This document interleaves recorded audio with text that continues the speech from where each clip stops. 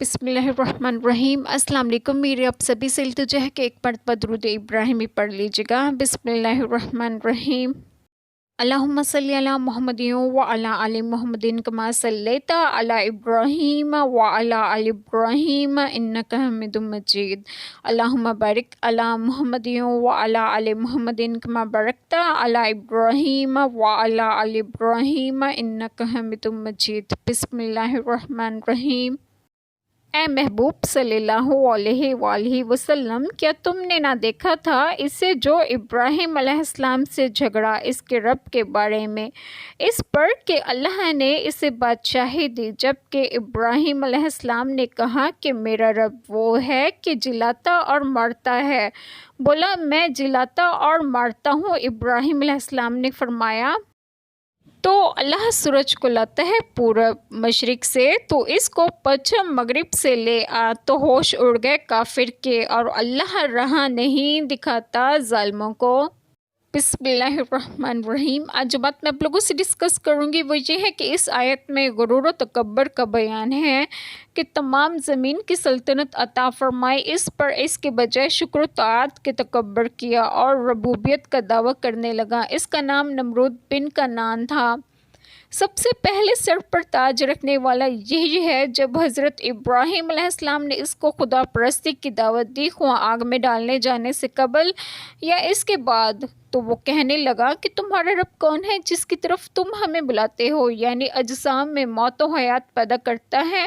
ایک خدا ناشناس کے لیے یہ بہترین ہدایت تھی، اور اس میں بتایا گیا تھا کہ خود تیری زندگی اس کے وجود کی شاہد ہے کہ تو ایک بے جان نطفہ تھا۔ جس ذات نے اس کو انسانی زندگی دی اور حیات عطا فرمائی وہ رب ہے، اور زندگی کے بعد پھر زندہ اجسام کو جو موت دیتا ہے وہ پروردگار ہے۔ اس کی قدرت کی شہادت خود تیری اپنی موت و حیات میں موجود ہے۔ اس کے وجود سے بے خبر رہنا کمال جہالت و بے وقوفی اور انتہائی بد نصیبی ہے۔ یہ دلیل ایسی زبردست تھی کہ اس کا جواب نمرود سے نہ بن پڑا، اور اس خیال سے کہ مجمع کے سامنے اس کو لاجواب اور شرمندہ ہونا پڑتا ہے، اس نے فضول تکرار اختیار کی۔ نمرود نے دو شخصوں کو بلایا، ان میں ایک کو قتل کیا اور ایک کو چھوڑ دیا، اور کہنے لگا کہ میں بھی جلاتا مارتا ہوں، یعنی کسی کو گرفتار کر کے چھوڑ دینا، اس کو جلانا ہے۔ یہ اس کی نہایت احمقانہ بات تھی۔ کہاں قتل کرنا اور چھوڑ دینا، اور کہاں موت و حیات پیدا کرنا۔ قتل کیے ہوئے شخص کو زندہ کرنے سے عاجز رہنا اور بجائے اس کے زندہ چھوڑنے کو جلانا کہنا، یہی اس کی ذلت کے لیے کافی تھا۔ عقلا پر اسی سے ظاہر ہو گیا کہ جو حجت حضرت ابراہیم علیہ السلام نے قائم فرمائی وہ قطع ہے اور اس کا جواب ممکن نہیں، لیکن چونکہ نمرود کے جواب میں شان دعویٰ پیدا ہو گئی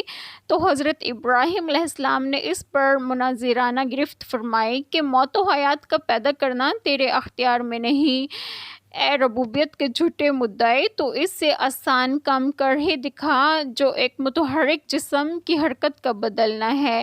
یہ بھی نہ کر سکے تو ربوبیت کا دعویٰ کس منہ سے کرتے ہو؟ اللہ تعالی ہم سب کے تمام گناہوں کو معاف فرمائے اور ہمیں صراط مستقیم کی راہ پر گامزن کریں، اور آپ سب کو آپ کے گھروں میں خوش و خرم رکھیں اور صحت و تندرستگی بھی دیں۔ آمین۔ جزاک اللہ خیر۔